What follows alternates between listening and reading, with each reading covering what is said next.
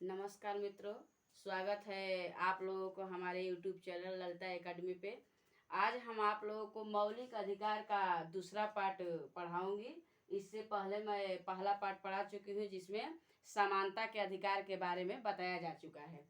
जो मौलिक अधिकार है उसमें सबसे पहला जो अधिकार मिला हुआ है हमारे भारतीय नागरिकों को, वो कौन सा मिला हुआ है? समानता का अधिकार मिला हुआ है। तो इससे पहले मैं आप लोगों को समानता के अधिकार के संबंधित जो है वो बता चुकी हूँ, जो आप लोग देखे होंगे तो आप लोग को पसंद आया होगा। और आज मैं मौलिक अधिकार के अंतर्गत स्वतंत्रता के अधिकार के बारे में अध्ययन करेंगे। किसके बारे में? मौलिक अधिकार के अंतर्गत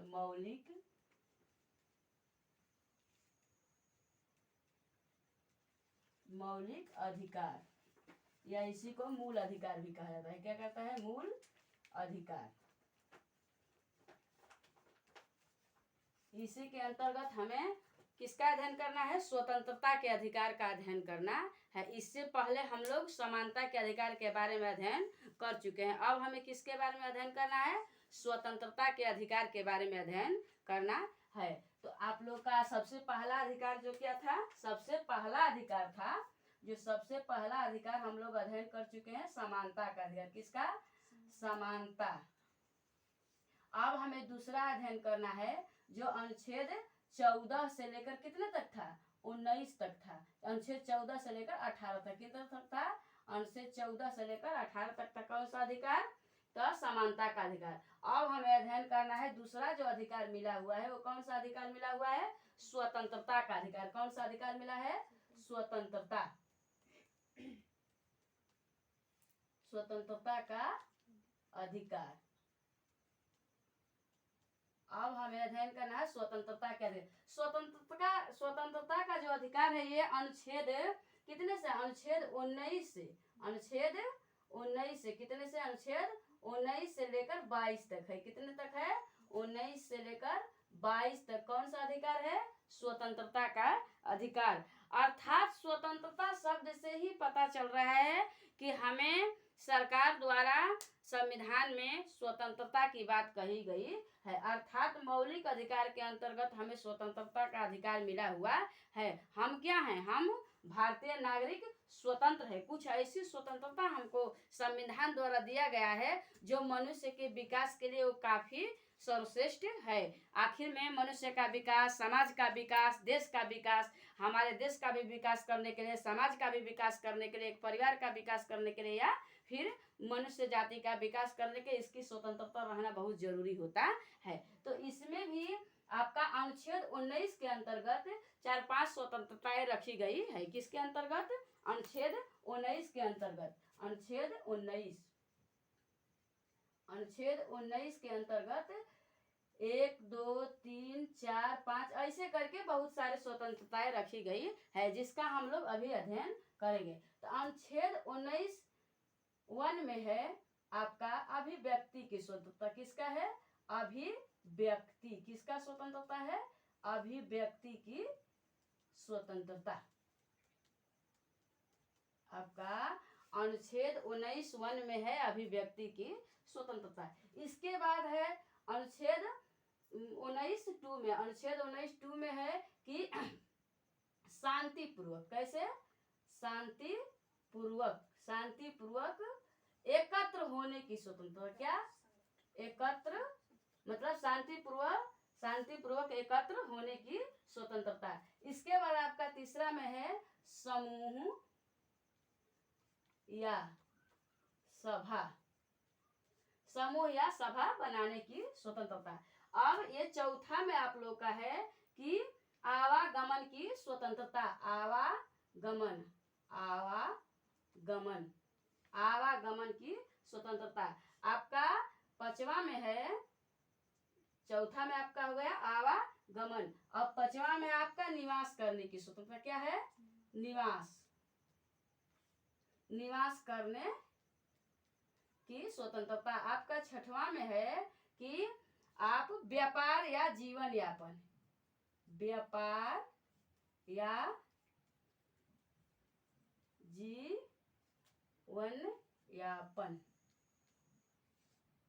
करने की स्वतंत्रता। इस प्रकार से हम लोग अनुच्छेद 19 के अंतर्गत अध्ययन करेंगे कि हमारे स्वतंत्रता जो है कितने प्रकार से मिली हुई है, हमारे भारतीय नागरिकों को कितने प्रकार से स्वतंत्रता मिली हुई है। तो 19A में सबसे पहले हम अध्ययन करेंगे अभिव्यक्ति।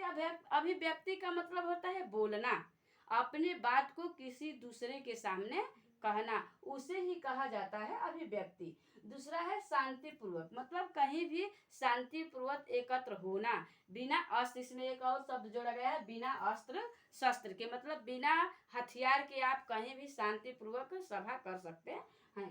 लास्ट में है आप, और इसके बाद है आपका समूह या सभा बनाने की स्वतंत्रता। आप समूह या संगठन बना सकते हैं, यह आपको अनुच्छेद 19 के अंतर्गत मिला हुआ है। इसके बाद है आवागमन, आप कहीं भी भारत देश में कहीं भी आ जा सकते हैं, आप क्या हैं इसके लिए स्वतंत्र हैं। इसके बाद है निवास करने, आप भारत देश में किसी भी राज्य में किसी भी जिला में आप जाकर निवास कर सकते हैं, अर्थात रह सकते हैं, इसके लिए आपको संविधान द्वारा स्वतंत्रता मिला हुआ है। इसके बाद है व्यापार या जीविका यापन, अर्थात आप कहीं भी अपना व्यापार भारत देश में कहीं भी व्यापार कर सकते हैं, जीविका उपार्जन के लिए कोई छोटा मोटा काम धंधा कर सकते हैं, इसके लिए आप क्या हैं स्वतंत्र हैं। तो मानिए इसको याद करने के लिए हम एक लड़के का उदाहरण ले रहे हैं। मानिए कोई लड़का है, वो सरकार के कामकाज से संतुष्ट नहीं है, क्या है कामकाज से संतुष्ट नहीं है, वो क्या कर रहा है अपने बात को सरकार के सामने रख रहा है। पहले तो बात कहेगा, अभिव्यक्ति का अर्थ होता है बात कहना, तो वो पहले सरकार के सामने क्या कहेगा, बात को कहेगा, फिर भी सरकार उसकी बात को नहीं मानती है, क्या करती है, नहीं मानती है। तो अपने बात को मनवाने के लिए वो कहीं पर भी शांतिपूर्वक एक चादर बिछाकर क्या करेगा, सभा करेगा, मीटिंग करेगा, वो भी बिना अस्त्र शस्त्र के, मतलब उसमें कोई हथियार नहीं रहेगा, और उसमें 2-4-10 लोग बैठेंगे और आराम से कहीं शांतिपूर्वक ढंग से मीटिंग होगी जो समाज के हित में होगा, अहित के लिए नहीं। और इस पर भी मतलब उसकी बात को सरकार नहीं सुन रही है, तो फिर वो क्या करेगा, समूह बनाएगा, छोटा छोटा ग्रुप बनाएगा, छोटा छोटा 10-15-20 लोगों का एक छोटा छोटा समूह बनाएगा, और उस समूह के द्वारा अपने बात को सरकार को मनवाने के बाध्य करेगा। अगर जो तब भी उसके बात को सरकार नहीं मान रही है तो फिर क्या करेगा, आवागमन करेगा, अर्थात पूरे भारत देश में घूमेगा, किसी भी स्थान पर आएगा जाएगा, अपने बात को चारों तरफ फैलाएगा। मानिए कि आवागमन किया, अब भाई कहीं कोई जाएगा तो वहां जाने के पास तो भाई आदमी चलता तो रहेगा नहीं, उसको रहने के लिए भी जगह चाहिए। तो वही है आपका अनुच्छेद 19(5) में, मतलब निवास या कहीं पर बसने की स्वतंत्रता, अर्थात आपको ये संविधान द्वारा स्वतंत्रता मिला हुआ है कि आप भारत देश में कहीं भी निवास कर सकते हैं। सिर्फ अपवाद में है जम्मू कश्मीर में आप निवास नहीं कर सकते हैं, जो धारा 370 के मतलब अंतर्गत ये प्रावधान था कि आप जम्मू कश्मीर में निवास नहीं कर सकते हैं। तो आपका लास्ट में है व्यापार या जीविका यापन की स्वतंत्रता, अर्थात आप क्या कर सकते हैं, व्यापार, छोटा मोटा काम धंधा व्यापार, अपने जीविका उपार्जन करने के लिए कोई भी काम कर सकते हैं, लेकिन जो भी काम करना है वो समाज के हित में होना चाहिए, सरकार के हित में होना चाहिए, सरकार के विरुद्ध नहीं होना चाहिए। तो मानिए आप निवास भी कर लिए, मानिए वो लड़का क्या किया, कहीं जाकर निवास कर दिया, तो फिर भाई खाएगा क्या, खाने के लिए क्या करना पड़ेगा, काम धंधा करना पड़ेगा। तो वही हम लोग याद करेंगे कि व्यापार करेगा या जीविका यापन के लिए कोई छोटा मोटा काम करेगा। तो इस प्रकार से हम लोग अनुच्छेद 19 को अध्ययन कर लिए। किसको अध्ययन कर लिए, अनुच्छेद 19 को। अब हमें अध्ययन करना है अनुच्छेद 20। क्या अध्ययन करना है, अनुच्छेद 20। अनुच्छेद 19 हम लोग अध्ययन कर लिए ना, अब हमें अध्ययन करना है अनुच्छेद 20। कौन सा अध्ययन करना है, अनुच्छेद 20 को अध्ययन करना है। किसको अध्ययन करना है, अनुच्छेद 20 को। देखिए अनुच्छेद 20 में दिया है अपराध की दोषीकरण का मतलब संरक्षण। अपराध क्या है, अपराध या फिर दोष सिद्धि, क्या है, दोष सिद्धि के बारे में स्वतंत्रता या संरक्षण ना। आप अगर जो अपराध किए हैं या आपको दोष सिद्धि बताया जा रहा है, तो आपका किस प्रकार से दोष साबित किया जाएगा, इसी के बारे में अनुच्छेद 20 में बताया गया है। इसके अंतर्गत भी 3 मतलब पॉइंट रखा गया है। कितने पॉइंट रखा गया है? 3 पॉइंट रखा गया है। इसके अंतर्गत मतलब अपराध या दोष सिद्धि के अंतर्गत अनुच्छेद 20 में है अपराध या दोष सिद्धि, अर्थात आप कोई अपराध करते हैं तो आपका दोष किस प्रकार से सिद्ध किया जाता है, उसके बारे में अनुच्छेद 19, 20 और अनुच्छेद 20 में बताया गया है। अब इसमें बताया गया है, तो सबसे पहला पॉइंट है इसमें, जो पहला पॉइंट है कि आप अपराध किए हैं। क्या किए हैं? अपराध किए हैं। तो अपराध के समय क्या कानून था? अपराध के समय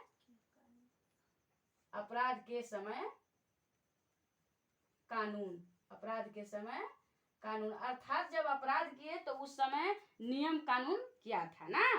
दूसरा है अपराध के लिए मतलब एक अपराध के लिए सिर्फ एक बार सजा। क्या है? एक अपराध के लिए एक बार सजा, सिर्फ क्या? एक बार सजा ना, अर्थात आप जो अपराध किए हैं उसके लिए आपको क्या मिलेगा? सिर्फ एक बार सजा मिलेगा। तीसरा है आपका स्वयं के गवाही के लिए, स्वयं के गवाही के लिए आपको क्या किया जाएगा? बाध्य नहीं किया जाएगा। स्वयं के गवाही के लिए आपको बाध्य नहीं किया जाएगा ना, अर्थात आपको ये नहीं, सरकार आपको ये नहीं बाध्य कर सकती है कि आप मान लीजिए कि आप अपराध किए हुए हैं। तो इसके अंतर्गत कितने मतलब रखे गए हैं? 3 रखे। कितने पॉइंट रखे गए हैं? 3 पॉइंट रखे गए हैं। तो अनुच्छेद 20 में हमें अध्ययन करना है कि अपराध के दोष सिद्धि में संरक्षण की स्वतंत्रता। अगर जो आप कोई अपराध करते हैं, क्या करते हैं? कोई अपराध करते हैं, तो आप जब अपराध किए हैं तो सबसे पहला में है कि अपराध के समय क्या कानून था, क्या नियम था, अर्थात जब अपराध किए तो उस समय उस अपराध के लिए क्या सजा थी ना। अगर जो आप अपराध 2005 में करते हैं और उस समय उस मतलब गलती के लिए कितने 6 माह की सजा है। मानिए कि आप अपराध 2000 कब किए? 5 में किए। कब किए? 5 में। उस समय 6 माह की सजा थी। कितनी थी? 6 माह की। आपकी फाइल उभरते उभरते इसमें 2015 आ गए। कितने आ गए? 2000। मानिए आपका आ गया 2015। कितना आ गया? 2015। उस समय उसी मतलब जुर्म का जो आप अपराध किए हैं, उसी अपराध का सजा 5 वर्ष हो गया है। कितने वर्ष हो गया है? 5 वर्ष। आपकी फाइल खुली है 2015 में, तो ऐसा नहीं प्रावधान है कि आपको 5 वर्ष का सजा दिया जाएगा। आपको सजा कितने माह का दिया जाएगा? 6 माह का दिया जाएगा, क्योंकि आप अपराध कब किए थे? 2005 में किए थे। तो वही है, आपको पहला पॉइंट में है कि अपराध के समय कानून, अर्थात जब आप अपराध किए तो उस समय क्या कानून, क्या नियम बना हुआ था। दूसरा है आप एक अपराध किए हैं तो आपको सिर्फ एक बार सजा मिलेगा। कितने बार? एक बार। ऐसा नहीं कि आप अपराध एक बार किए आपको सजा बार बार सरकार दे रही है, ऐसा कुछ प्रावधान हमारे संविधान में नहीं लिखा हुआ है ना। आप एक अपराध किए तो उसके लिए आपको सिर्फ एक सजा मिलेगा। आपका लास्ट आपका है कि स्वयं की गवाही के लिए आपको बाध्य नहीं किया जाएगा, अर्थात आपको सरकार ये दबाव नहीं डाल सकती है कि आप माने कि नहीं हम ये गलती किए हैं। आपको सरकार मनवा नहीं सकती है, इसके लिए आप स्वतंत्र है। अगर जो गलती किए हैं तभी आप स्वीकार करेंगे, गलती नहीं किए तो अन्यथा आप उसे स्वीकार नहीं करेंगे, क्योंकि इसके लिए आप क्या हैं? स्वतंत्र हैं। क्या हैं? आजाद हैं। तो ये हमें अनुच्छेद 20 के अंतर्गत मिला हुआ है। अब हमें अध्ययन करना है अनुच्छेद 21। क्या अध्ययन करना है? अनुच्छेद 21। अनुच्छेद 21 है जीवन जीने की स्वतंत्रता। क्या है? जीवन जीने का अधिकार या प्राण एवं दैहिक स्वतंत्रता। अनुच्छेद 21 में क्या है? जीवन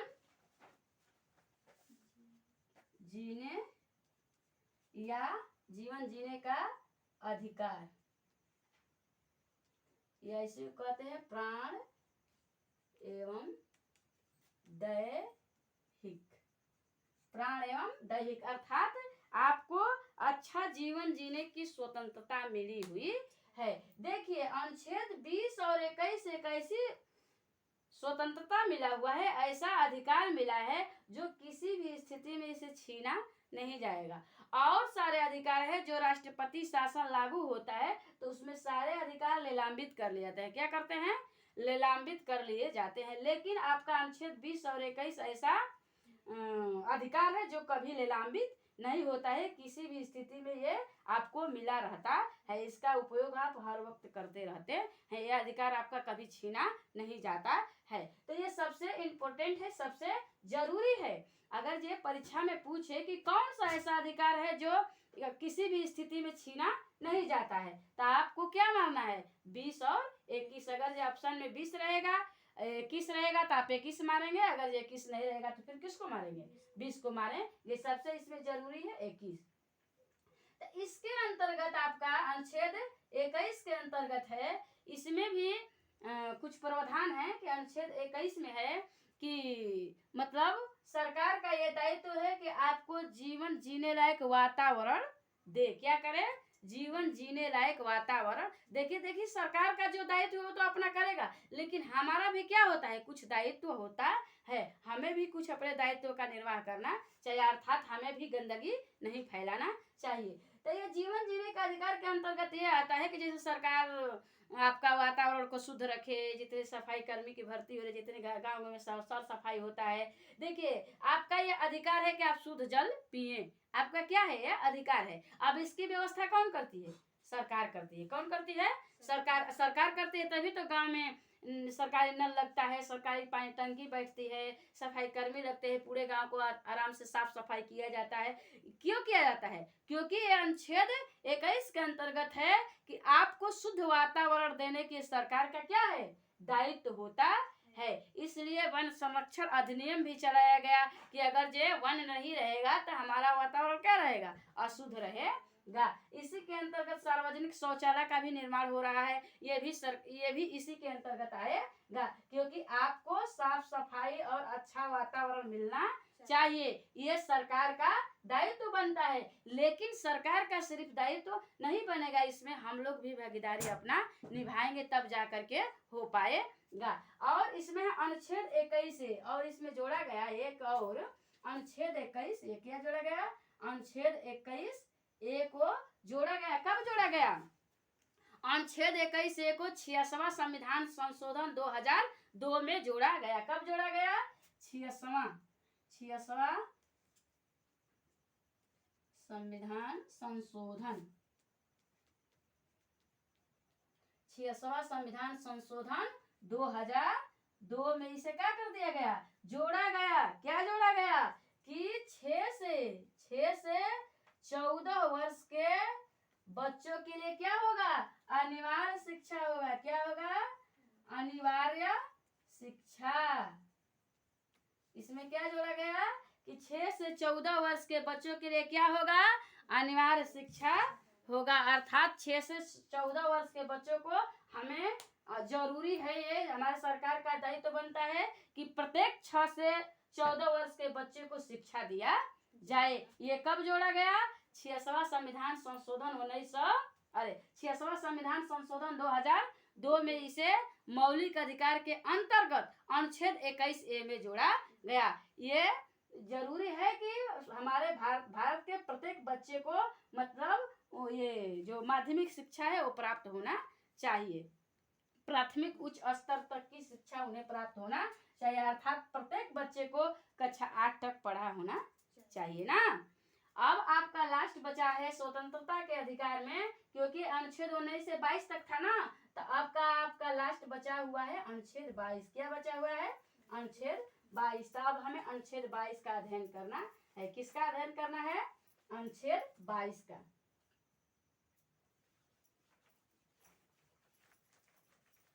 अब हमें अनुच्छेद 22 का अध्ययन करना है। तो अनुच्छेद 22 में आपका दिया है, अनुच्छेद 22 का हमें अध्ययन करना है ना। अनुच्छेद 22 में दिया हुआ है गिरफ्तारी संबंधी संरक्षण। क्या दिया है?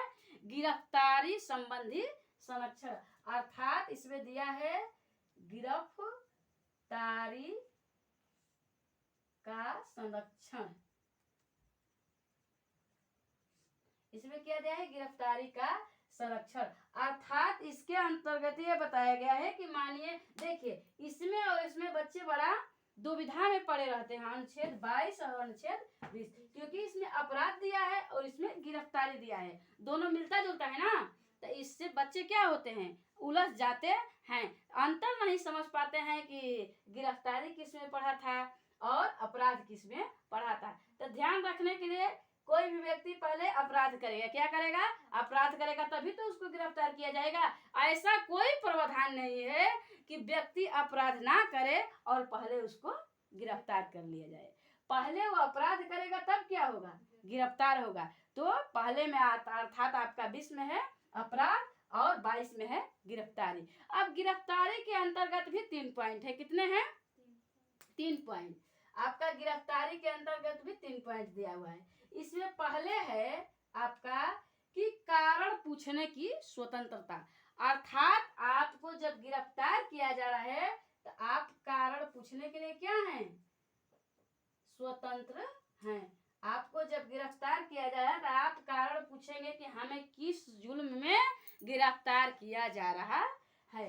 और आपका दूसरा है कि आप जब कारण पूछ लिए तो आपका दूसरा है कि आपको जब गिरफ्तार किया जा रहा है तो 24 घंटे के अंदर, क्या 24 घंटे के अंदर कोई छोटा जो न्यायालय है तो आपको उसके सामने क्या करना होगा, पेश करना होगा, अर्थात 24 घंटे के अंदर उपस्थित करना होगा। 24 घंटे के अंदर उपस्थित किसके सामने, मजिस्ट्रेट के सामने, आपको मजिस्ट्रेट के सामने उपस्थित करना होगा, अर्थात निम्न अदालत के सामने आपको खड़ा करना होगा। देखिए इस 24 घंटे में आने जाने का समय नहीं जोड़ा जाता है, इसमें आने जाने का समय नहीं लिया जाता है। आपका तीसरा है कि क्या, सहयोगी चुनने की स्वतंत्रता, क्या है, सहयोगी, सहयोगी या उसी को क्या कहा जाता है, वकील, क्या कहा जाता है, वकील चुनने की स्वतंत्रता, अर्थात आप स्वतंत्र हैं, आप अपने मन पसंद का वकील चुन सकते हैं और उससे आप इस मुकदमे के रूप में मतलब सलाह ले सकते हैं। इसके लिए आप क्या हैं, स्वतंत्र है। अर्थात आपको गिरफ्तार, माने आप कोई का अपराध 20 में आप अपराध कर दिए, अनुच्छेद 20 में अपराध किए, आपको अनुच्छेद 22 के अंतर्गत क्या किया जा रहा है, गिरफ्तार किया जा रहा है। तो आपको जब गिरफ्तार करने आते हैं, जब सरकार आपको गिरफ्तार करने आती है तो आप स्वतंत्र हैं, आप पूछ सकते हैं कि आप हमको किस जुल्म में गिरफ्तार किया जा रहा है, हम क्या दोष किए हैं कि हमको गिरफ्तार किया जा रहा है। अगर ये स्वतंत्रता नहीं मिला होता तो हमारा कानून भी जो काला कानून रौलेट एक्ट था जो 1919 में चला हुआ था ब्रिटिशों द्वारा, उससे थोड़ा भी अंतर नहीं होता। तो इसलिए हमें क्या मिला है, ये अधिकार मिला हुआ है कि हम कारण जान सकते हैं कि हमें किस जुल्म में गिरफ्तार किया जा रहा है। अगर जब हम गिरफ्तार हो गए तो 24 घंटे के अंदर हमें मतलब अपने न्यायालय के सामने पेश मतलब किया जाएगा, अर्थात जो जजे होते हैं, जो मजिस्ट्रेट होते हैं, उनके सामने हमको पेश किया जाएगा। फिर इसके बाद आपको अपने मन पसंद का सहयोगी वकील चुनने की स्वतंत्रता है, अर्थात आप वकील चुन सकते हैं और उसके संबंधित आप मुकदमा मतलब लड़ सकते हैं, वो आपको सहयोग देगा कि आप मुकदमा किस प्रकार से लड़ेंगे। तो इसके लिए आपको वकील चुनने की स्वतंत्रता मिली हुई है। तो हम लोग ये मतलब पढ़ चुके हैं स्वतंत्रता का अधिकार, जिसमें क्या है 19 के अंतर्गत 6 अधिकार दिया गया है। आप अपने बात को कहें, इसके बाद शांतिपूर्वक ढंग से एकत्रित होकर सबके सामने इस बात को कहें, तब भी नहीं होता है तो आप समूह बनाने, उससे नहीं होता है तो आप पूरे भारत में आ जा सकते हैं। अगर जो उससे नहीं होता आप वहाँ पर बस सकते हैं, निवास कर सकते हैं, और निवास करेंगे तो कुछ काम धंधा करना ही पड़ेगा। तो इसके अंतर्गत आप क्या कर सकते हैं, व्यापार कर सकते हैं। आप अनुच्छेद 20 में पढ़े हैं कि अपराध की दोषी से मतलब आप जब अपराध किए हैं तो उस समय जो कानून बना था उसी के अनुसार आपको सजा मिलेगा। लास्ट में आपको एक अपराध के लिए सिर्फ एक बार सजा मिलेगा। उसके बाद है कि आप जब एक अपराध किए तो एक बार सजा मिलेगा, आपको गवाही मानने के लिए बाध्य नहीं किया जाएगा, अर्थात आपको जबरन जबरी कोई दबाव नहीं डाला जाएगा। इसके बाद आप गिरफ्तारी के अंतर्गत पड़े कि आप स्वतंत्र है कारण पूछ सकते हैं। 24 घंटे के अंदर आपको मजिस्ट्रेट के सामने उपस्थित करना होगा और लास्ट में आप स्वतंत्र हैं कि अपने मन पसंद का वकील चुन सकते हैं। तो अब ये वीडियो यहीं पे हम समाप्त करते हैं। अगली वीडियो में आप लोग को किसके बारे में बताया जाएगा? शोषण के विरुद्ध अधिकार। किसके बारे में? शोषण के विरुद्ध अधिकार के बारे में।